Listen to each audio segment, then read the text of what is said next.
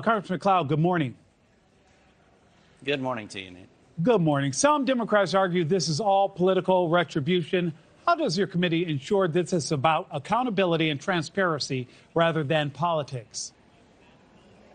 Well, every step of the way so far has been bipartisan. So it passed out of committee bipartisan, that the subpoena was sent in a bipartisan nature. And this is far different from what we saw in the past administration with Steve Bannon and Peter Navarro, where you had a committee that was pretty much a show trial, and it was not of a bipartisan nature. And so this is a completely different scenario.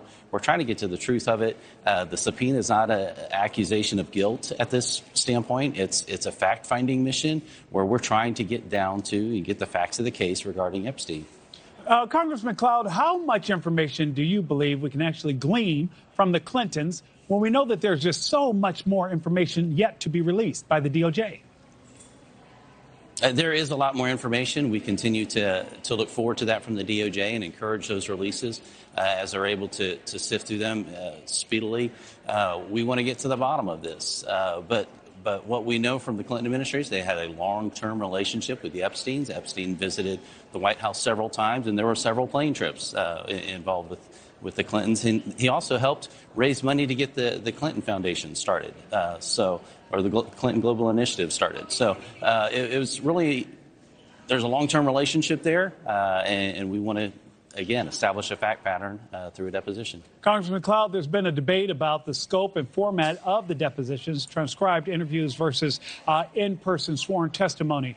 Why does the committee insist on live depositions, and would that be public? Well, eventually the transcripts are usually released to the public. The reason is because you want to establish a fact pattern. So honestly, depositions are kind of boring to watch, but it's important for the information to get out. But you're just going through the facts of the case. What happened on this date? What happened on this date?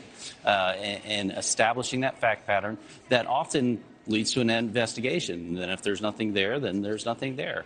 But it's important to have that very first step to begin to continue the investigation that we've been on and trying to get to the bottom of the Epstein issue.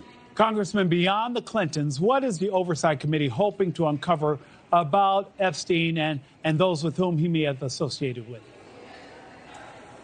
I'm sorry, you dropped out there for a second. What was that? Beyond the Clintons, what is the Oversight Committee hoping to uncover about Jeffrey Epstein and those with whom he may have associated with? Over the weekend, you saw a long list of names that were not made public before, that we did not know had been engaged with Jeffrey Epstein long after he had been convicted.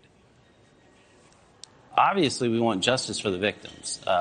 And then whatever sort of power brokering that may have happened, that's an important issue to uncover as well. It seems like an awful lot of elite were involved with what was going on and what kind of power brokering there may have been, or who knows what sort of blackmail operations may have happened. There's just a lot of unanswered questions and a lot of sketchy information out there that we need to get to the bottom of what's going on with this. The American people want to know, and we've got to find out. Not only Mr. Epstein's proximity to power and wealth, we've read a lot about that, but we all still don't know the answer to how he came about his wealth. There are just so many questions that the American people are still wanting to know. Right. Congressman, thank you so much for joining us this morning. We appreciate your time.